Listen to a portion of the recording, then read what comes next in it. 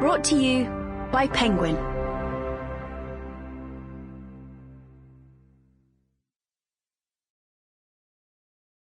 Abolish the Monarchy by Graham Smith. Read by Sam Swann. Introduction. In June 2021, I headed to the hallowed halls of the Oxford Union Debating Society. I was there to debate the future of the monarchy. In this rarefied atmosphere where countless prime ministers, statesmen and diplomats have supposedly cut their oratorical teeth, I was to debate the simple proposition: this house would abolish the monarchy. Arriving in a world inhabited by people who take their place in society for granted, where black tie is worn as comfortably as a football shirt, I had expected robust opposition.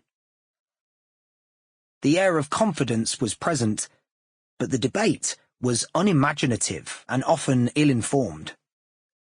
I've had a version of this debate many times before, and the quality here was no better than at any other venue or society I have visited. I found myself hearing the same superficial, implausible, and, in some cases, slightly bizarre arguments for retaining this creaking, corrupting institution.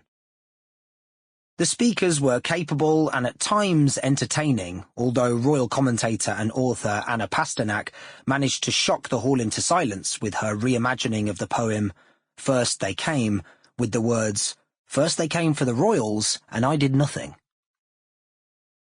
Peter Hitchens espoused his unique view as a self-proclaimed monarchist who doesn't like the royals. The most measured voice against the motion was that of Lieutenant General David Leakey, former Director General of the European Military Staff and former Black Rod. But even Leakey struggled to say more than, "It's there, why change?" I've never heard a good argument for the monarchy, so I shouldn't have been surprised. In 20 years of campaigning for its abolition, I've not once heard an argument that isn't wrong in fact or in principle, sometimes both. Some of the most common points raised by monarchists are often the weakest. Whether it's the claim the monarchy is good for tourism, the notion that it unites the country, or the suggestion that it does no harm, it's easy to demonstrate that these simply aren't true. It isn't just dogmatic defenders of the crown who resort to feeble arguments against the case for a republic. More thoughtful commentators also repeat these claims. Perhaps monarchists believe the monarchy sells itself and doesn't require much hard work from its supporters. That looked like a miscalculation when I took part in a debate in Bath in 2012, held a week after the Diamond Jubilee weekend. An audience of more than 100 people went from passing a vote in favour of the monarchy at the start of the evening to voting overwhelmingly for a republic 90 minutes later. Roy Hattersley, the former deputy leader of the Labour Party and a committed Republican, once said that the problem with monarchy is that it makes normally sensible people do and say silly things. This has been proven to be true time and again, no more so than during major royal celebrations. As the horses trotted out for the equestrian leg of the Platinum Jubilee in June 2022, the presenter Alan Titchmarsh gushed on air that our identity, heart and soul is embodied by Her Majesty the Queen, adding that the Queen was in some way comparable to Nelson Mandela.